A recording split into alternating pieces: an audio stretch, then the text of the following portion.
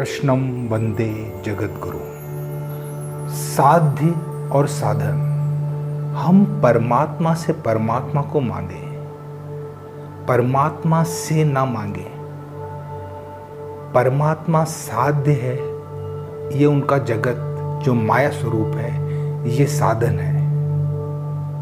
महाभारत में एक बहुत सुंदर व्याख्यान आता है कि दुर्योधन और अर्जुन योगेश्वर भगवान श्री कृष्ण से सहायता मांगने गए। तो दुर्योधन ने भगवान श्री कृष्ण से उनकी नारायणी सेना मांग ली और अर्जुन ने स्वयं योगेश्वर को ही मांग लिया। बस जीत वहीं से पक्की हो गई, जीत वहीं से सुनिश्चित हो गई, क्योंकि उस अज्ञात को, उस अनंत को अर्जुन ने चुन लिया, उस साध्य को अर्जुन ने चुन लिया।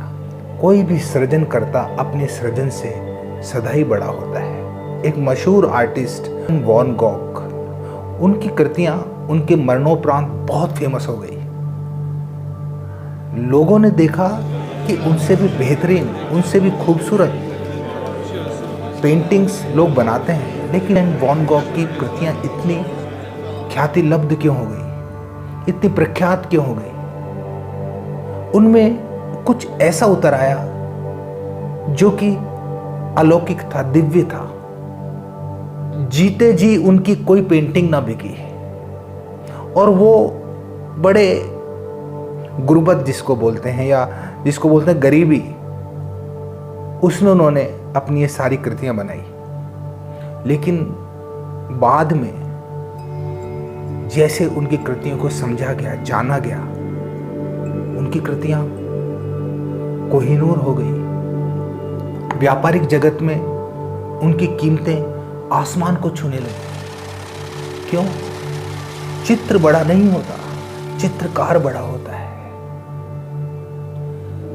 जगत, ये माया है, ये बड़ी नहीं, इस जगत का जो रचयिता है वो बड़ा है।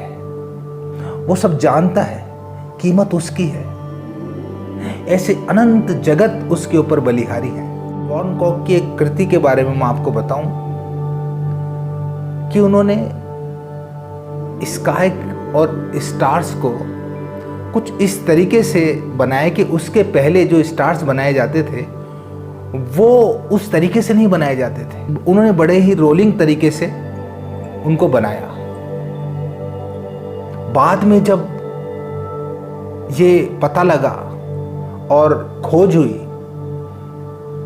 तो पाया गया कि स्टार्स की यही गति है। उसको उन्होंने अपनी कृतियों में उतार दिया। मतलब इस आर्टिस्ट की रचना और अस्तित्व, जो रचयिता है आर्टिस्ट में और इस जगत के आर्टिस्ट में कोई भेद न रहा। उसने स्वयं की स्थिति उसके अनुरूप कर ली, वो उसमें विलीन हो गया। जब उसने ये सृजन किया तभी तो वो देख पाया जो सत्य है, तभी तो उसने एक नई दिशा दी, नई दृष्टि दी। यानी वो ध्यानस्थ था, योगस्थ था। सनातन के ऋषियों ने इस स्थिति को ही ध्यान कहा है।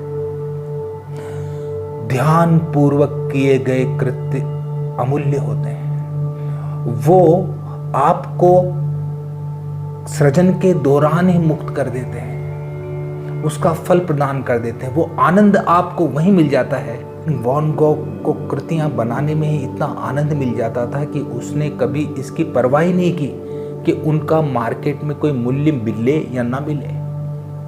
ध्यानस्थ स्थिति में किए गए कृत्य अमूल्य होते हैं, अनमोल होते हैं। हम परमात्मा से परमात्मा को ही क्यों नहीं मांग लेते, ताकि हमारे कृत्य भी अमूल्य हो जाए, हमारा जीवन भी कर्म और फल के इस द्वैत में ना फंसा रहे।